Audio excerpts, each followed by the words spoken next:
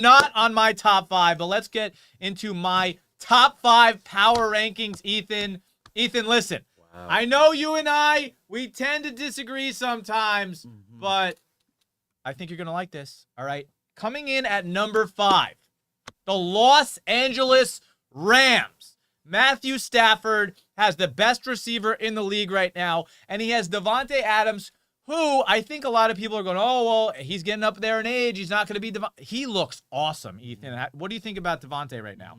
Listen, as a number 2 guy on a team, like, he's probably the best number 2 in maybe NFL history at this point. This guy's could be a Hall of Famer. He looks electric. The routes are still there. He's never been a top end speed guy. He's a route runner, and if Matthew Stafford's your quarterback, he's gonna give you some balls. Now, listen, I do want to say the Rams have had a pretty easy schedule so far. Their 3 wins all came against the AFC South. They beat the Texans 14-9. They destroy the Titans 33-19. They beat the Colts last week. Their sole loss coming to the Eagles, who, by the way, they should have beat had they not had that field goal blocked. Now, if the Rams beat the Eagles, I think that you would have to put them in either the number 1 or the number 2 spot in the power rankings. Guys, also, by the way, we want to hear your power rankings in the comments. Please let us know what you think. Coming in at the number 4 spot, I'm going to put the Detroit Lions. What do you think about that, Ethan? I mean, the Lions lost to the Packers, so I better see the Packers ahead of them. The Lions haven't beat anyone really good yet, so... Remember, guys, anybody who's watching, the Packers lost to the Cleveland Browns. Okay, number 1. And number 2, they tied the low-level Dallas Cowboys. Sav says, Colts beat themselves. Let's keep it real. Yep. Colts won that game. Yep. Hey, listen. I will say, Adonai Mitchell, that is the biggest bonehead play of the season. But at the same time, I think that's with like 13 or 12 minutes left in the third quarter. So that would have either tied the game, I believe, at that point, or the Colts would have went up a couple points. Either way, there would have been a whole lot of ball game left. When we talk about the Rams-Eagles game, though, guess what? That was the last play of the game. Okay, that was the last play of the game. Let's go to the Lions. Lose to the Packers week 1. They don't look good. And then they... By the way, next week, do you know how many points they scored on the Bears, Ethan? Like 70, but why are you lying, bro? Like, it seems overrated. After they did that, they decimated the Baltimore Ravens, and then they absolutely destroyed the Browns. So remember, the Lions destroyed the Browns 34-10, and what did the Packers do to them? They lost. Pathetic. The Packers are nowhere near the top 5 rankings. But you and I are going to agree, and by the way, the Lions get to play the Bengals this week, so they're going to score 50 points again.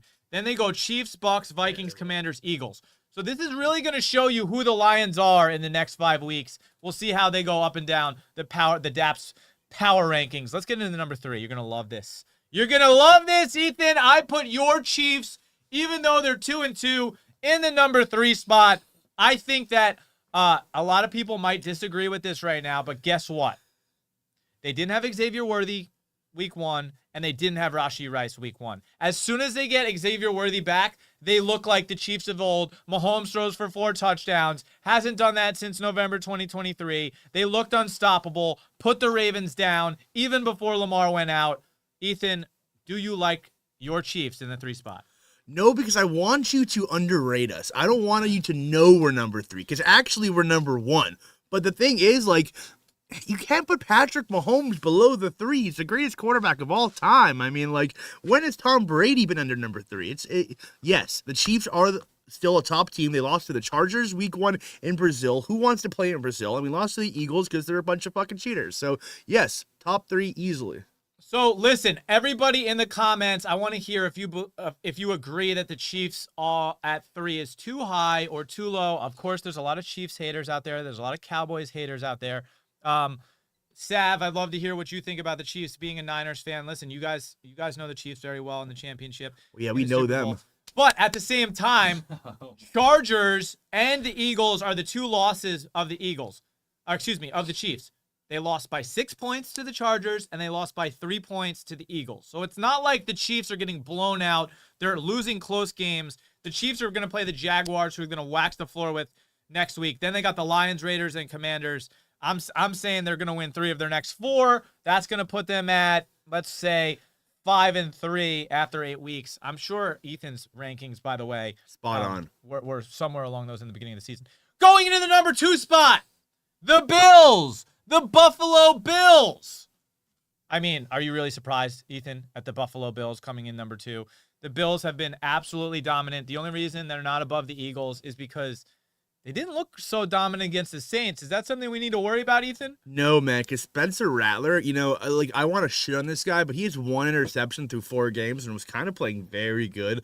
But no, they should be number 1, the Bills. The Eagles have 80 passing yards the whole season. Josh Allen is better than anyone on that team combined. I will still take the Bills over the Eagles because, the quarterback play is what's going to matter. Well, listen, the Bills did have the one game against the Ravens where they came back and looked absolutely elite. But at the same time, I want you to just know who the Bills beat the last 3 weeks. The Jets, the Dolphins, and the Saints. Pathetic, more pathetic, and even more pathetic. So this is not really impressive. The first game was impressive. They beat the Ravens. They got the Patriots, the Falcons, and the Panthers coming up. Not really hard games. And then the game that everybody wants to see on November 2nd is going to be the Bills versus the Chiefs. That's the game we want to see. And we're going to jump over to our number 1 ranked team. Everybody knows who it is. It's the Philadelphia Eagles, who deserve it. They're winning games in a really weird way. I don't think they should have beat the Cowboys week 1. Then they beat the Chiefs in kind of this boring defensive game. They win by a field goal. Then they somehow get this lucky blocked field goal against the Rams at the end of the game. And then Baker Mayfield throws an interception in the red zone. And that's how they beat the Bucs.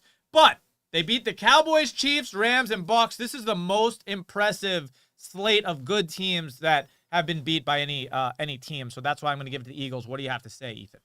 Boo. That's what I have to say. The Eagles are a fucking nightmare. I have nothing good to say about them. Well, Sav says he can say the same about your Chiefs. They're cheaters, just like he said about the Eagles. Oh, love that. Card Collector says, keep this going. Sav.